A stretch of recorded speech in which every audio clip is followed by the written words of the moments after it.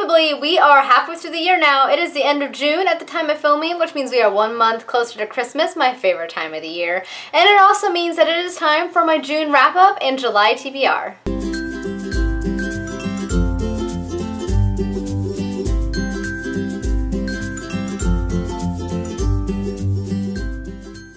Hello everyone, it is Samantha. I hope you guys are all having a great day. As I said in the intro, I am here today with my June wrap-up and July TBR for you guys. I had a pretty good reading month in June, so I'm excited to share with you guys the books that I did read because almost all of them I loved, which is kind of unheard of. There's usually 1 or 2 duds in there, but not this month. It was a great reading month. So now let us get started on my wrap-up. As usual, I like to start out my wrap-ups with some statistics on my reading month. So pages read, genres, things of that nature. I am an accountant, so I'm a numbers person, so you know, goes with the territory. Let us now get started on the statistics for the month of June. So in June, I read a total of 9 things. This was 8 novels and 1 graphic novel. I read a total of 3,866 pages. There were some very big fantasy books this month. This averages to about 129 pages a day. Isn't that crazy, Bailey? Of the books that I read this month, 44% were fantasy, 22% were YA fantasy, 11% were graphic novels, the other 11% were historical fiction, and the final 11% was middle grade. By genre, 60% of the pages read were fantasy. The second largest, 22%, was YA fantasy, and the rest were split between graphic novels, middle grade, etc. Of the countries from where these authors reside or where they hail from, the majority were from the United States, the others were from Japan, Canada, and the UK. By type of book, the vast majority of the books read were actually trade paperbacks because I'm not the biggest fan of mass market, so most of the paperbacks I have are trade. The other 34% of the books that I read were split between audiobooks, mass market paperbacks, and graphic novels. In terms of the years published, the vast majority of the books that I read this month were published 2000 and later. A few were published in the 90s. So that completes the statistics for the month of June. So now let us move on to the books that I read and what I thought about them. So the first book that I finished in the month of June was The Hero of Ages by Brandon Sanderson, the final book in the Mistborn trilogy. Yes, I am very far behind in the Year of Cosmere. I just kind of started dragging behind a little bit. It's not that I didn't enjoy it, it just was a little bit slow for me. I ended up getting it on audiobook, so I read and listened to the audiobook both and was able to get it finished this month. I was a little bit torn on this book. The first half moved a little bit slow. I felt like it could have been about 200 pages shorter than it was, but the ending was amazing. The ending is kind of what sold me on the whole series. I really liked how Sanderson ended it and tied everything up. There were a couple of twists in there that I really didn't see coming that were very surprising and very enjoyable, which ended up to me giving this book a 5 out of 5 star rating. The ending really did it for me. It was going to be about 3.5 stars, but the ending really sold me on this book. The next book that I finished in the month of June was The Ship of Magic by Robin Hobb. I have actually done a book review on this book that is spoiler free, so I'll link down below if you guys are interested. But this book is the first book in the sequel trilogy to the Farseer trilogy, the first book in the Live Ship Traders trilogy. So many trilogies. So this book takes place in the same world as her other series, the Farseer books, the Assassin's Apprentice books, except for in another part of the world and slightly after the events in the 3rd book, the last book in the Farseer trilogy. So it takes place in the same world. Some of the events in the last series influence some of the events in this one, and some things are referenced. And it is so good, guys. This book is so good. It follows multiple character perspectives, and it basically follows mainly the Vestrit family, which is one of the old trader families in Bingetown. And the old trader families are unique in that they have possession of these things called live ships. And live ships are created from wizard wood, which they get from the rain wilds. Wizard wood is unique in that the ship is quickened and it becomes alive. So the figurehead becomes animated, it's able to converse, it takes on a lot of the personalities of the family that it is a part of, including its own personality, and they are very unique ships in that they can kind of sail themselves, keep the people out of danger, things like that. So it follows the Vestrit family. The captain ends up dying, passing, the ship becomes quickened, and Althea, his daughter, who thinks she's going to inherit the ship, actually does not end up inheriting it, ends up going to her brother-in-law, Kyle, who is a male chauvinistic jerk that basically sets out to ruin everybody's lives because he's an ignorant pain in the neck and I hate him. Anyway, that's an aside. So basically he kicks Althea off the ship, and Althea ends up leaving, trying to make her own way, trying to figure out a way to get the ship back and become captain of it. Kyle ends up forcing his son Wintrow on board the ship. Wintrow was sent away at a young age to become a priest of Sa, but he has been brought home for his father's funeral and now forced aboard the ship by his father. He doesn't want to be there. He's very unwilling and is basically a slave to his father because he does not want to be there. It also follows Althea's mother and sister and her niece at home as her mother and her sister try to struggle to regain the family fortune because they're basically losing money, as well as trying to control her bratty niece, Malta, who is just a little bratty teenager. Like, no, she's as bad as her father, Kyle. So it follows multiple character perspectives. There's a lot going on, a lot that you are towards the end of the book beginning to see how it kind of ties into the Farseer books. Very, very, very good. It was 5 out of 5 stars. I love Robin Hobb to death, and this book was, I think I actually liked it better than a lot of the Farseer books. It was amazing. Excellent. The next book that I read in the month of May was the second book in the Lost Years of Merlin series, The 7 Songs of Merlin by T.A. Barron. This is a reread for me, and I read it as part of the Topic-a-thon. My topic was Arthurian retellings.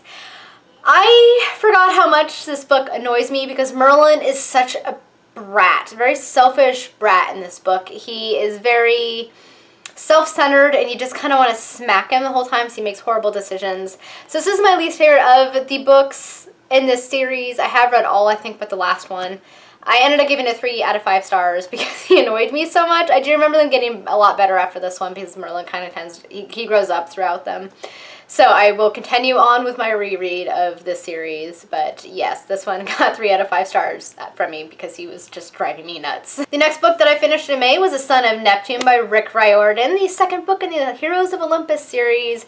Very enjoyable. It continues where the Lost Hero leaves off with the other group of heroes in the Roman camp. So here we have Hazel, Frank, and Percy. So Percy's trying to regain his memories in this one, and they kind of set out to stop Gia again, and it was fantastic. I really love Rick Riordan's books. They're very lighthearted reads for me, so if I'm feeling kind of down, I know I can read Rick Riordan's stuff, and it will never fail to make me laugh and kind of bring my spirits up. I just find his work to be really enjoyable, and this one did not fail to please. I really, really liked it. I think I liked Lost Hero a little bit more, but this one was still very enjoyable, and I rated it 4 out of 5 stars. Next up was The Sky Stone by Jack White. This was also part of my Topic-a-thon. This is an Arthurian retelling, and it is very unique in that it takes place before Arthur was born. It starts with his grandfather, Publius Varus, who is a Roman British-born citizen. So he is Roman. The Romans are inhabiting Britain, except for he was born in Britain, not in Rome. He is a soldier, and he is recounting his life from first-person perspective from the time that he was a soldier in the legions to his retirement as a blacksmith,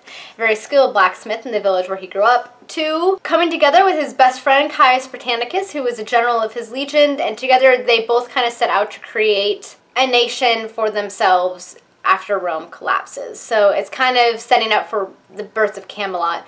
Jack White's retelling is very interesting in that he takes it from a purely historical perspective, so there's not magic, but he does set it up in such a way that you can see where the magical elements would come from in the legends. He is actually basing this on real historical events and the historical figures that historians believe Arthur represented, etc. So it was very interesting. Jack White's writing is very lyrical, it's very beautiful. He does create a very atmospheric environment. You can really picture Roman Britain, and it was very, very, very interesting. It moved a little bit slow at first, but it really starts to pick up about halfway through, and you do get very invested in the characters. I will be having a review out for this soon, so if it is out, I will link it down below. If not, I will link it down below when it is out, so be sure to look out for that. Overall, I rated this book 4 out of 5 stars, and I will be continuing on with the rest of the books in the series. The next book that I finished in the month of June was the third book in the Heroes of Olympus series, and it was The Mark of Athena by Rick Riordan. I read this one on audiobook, so I listened to it on audiobook because I got it on overdrive fairly quickly, and I love this one. All of the heroes that come together, all 7 heroes, so you have the ones from Roman camp and you have the ones from the Greek camp, and they're kind of setting out to fulfill the prophecy. I love this one. This one was my favorite of the series so far and rated it 5 out of 5 stars. Just, again, Rick Riordan's writing is so entertaining, and I never get enough of reading it, so yes, I gave this one 5 out of 5 stars. Next book that I finished in the month of June was Stephen Erickson's The Gardens of the Moon. This was the first book in the Fall of the Moloton. Very very interesting fantasy series. Michael from Bitten by a Radioactive Book, this is his favorite series, and he was actually reading it with us. It was a buddy read I was doing with Chelsea from the Reading Outlaw and Connor from Connor O'Brien, and like Michael was listening in and adding his thoughts. He's read all of the books and he's very knowledgeable about the world and the authors, so it's great having his perspective. But this is a really interesting fantasy series. There are so many characters. I think Michael says by the time you get a few books in, there's like hundreds of character perspectives that you're getting, so it can be a little bit difficult to keep all of the characters straight, but it wasn't as hard as I thought it was going to be. The story itself unfolds in a very interesting way. It's kind of very slow and methodical, but also very interesting. So you're kind of, this book was definitely a setup book. It's definitely setting up for a lot of things to happen. So there's like a lot of threads all over the place. So you're still waiting to see when this book ends how they're all going to get tied up. I do love that Steven Erikson's portrayal of fantasy characters breaks every stereotype that you find in fantasy. The male and female characters are treated equally. Like, he'll describe a character and you don't actually know if it's male or female until later. Like, he doesn't even care, which is great. And male and females have like the same roles in the book, which I think is great. It was definitely a very unique fantasy series, but it has me intrigued enough to continue on with the rest of the books.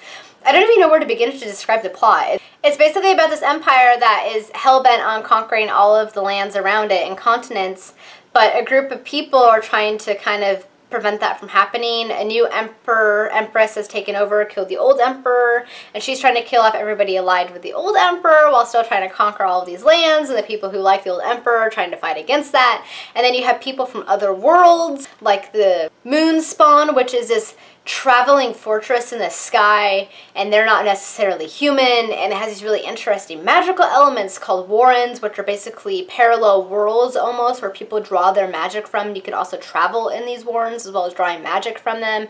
And there's demons, and there's ancient peoples that weren't even human. They were there before humans, but they're rising up. There's just so much going on in a series. I mean, it's a lot. It's definitely a mind bender, but I still found it to be really enjoyable and interesting enough for me to continue on, and overall I ended up rating this 3.5 out of 5 stars. The last book that I read in the month of June was The Mad Ship by Robin Hobb, the second book in the Live Ship Trader series. I love this book so much. It was just so good. I love all the characters. We actually had a couple of more character perspectives added in this book, including the perspective of the Rainwild traders, and it was just fabulous. I did actually end up accidentally spoiling myself about one of the characters. I was curious about one of the characters, Amber, who's one of my favorite characters in the book, so I looked something up and I completely spoiled myself with something that you don't find out until the next trilogy with Fitz and the Fool. I was really annoyed with myself at first because it's a big spoiler, but in hindsight, I'm actually glad that I found out because it added a lot more to the character of Amber. I was able to look at her with a whole new perspective in a way that I found more enjoyable than if I had continued to not know. So I actually ended up kind of happy that I found out this thing about Amber. So that was my thing for the month, spoiling myself. But overall, I really enjoyed it. I rate this one 5 out of 5 stars again. Robin Hobb is just so amazing. She just brings everything I love about fantasy together in her books, and the way that she's linking all of these series together is fantastic. So 5 out of 5 stars again, Robin Hobb. You are amazing. Alright guys, those were the books that I read in the month of June. That was a lot. I was actually surprised by how many I got read, and I'm actually halfway towards my goal on Goodreads. So far I have read 50 books this year, so woo! Alright, so now on to the books that I plan on reading in June. I have a few set out. The first one is going to be Jonathan Strange and Mr. Norrell.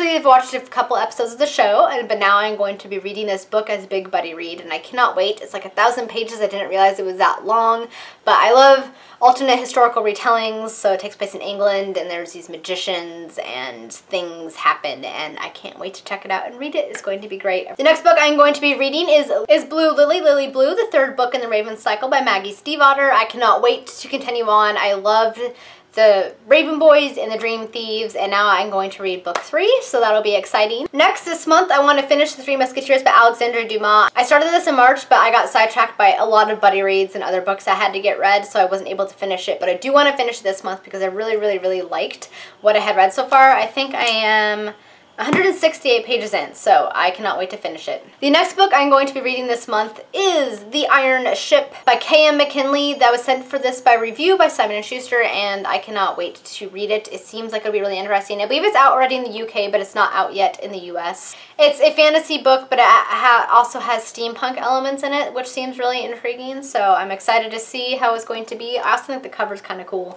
And, I mean, look, there's an iron ship with this evil-looking sea serpent, so what's going on there? where? I guess I will find out soon. I also intend to continue on with the Heroes of Olympus series with House of Hades. I cannot wait to do so because I'm really loving these books. And of course, I'm also going to be reading the last book in the Lightship Traders trilogy, and that is The Ship of Destiny by Robin Hobb. I still need to get it. I ordered it from Book Depository, hoping it will come soon because I cannot wait to continue on. Yeah, those are the books that I read and the books that I'm hoping to read. It was a lot. And I've done a lot of talking in this video. This video is ending up a bit longer than I was intending, so if you've stuck to the end, thank you. I hope you enjoyed it. Alright guys, that was it for my June wrap-up and July TBR. Let me know down in the comments anything you would like to mention about these books, or what you hope to read, or what you read, etc. Thank you guys so much for watching, and until next time, happy reading and have a great reading month. Bye! Start out my wrap-ups with some statistics from the month of the global the month of June, so now let us can't talk today. So that completes the book. Thank God, I cannot today.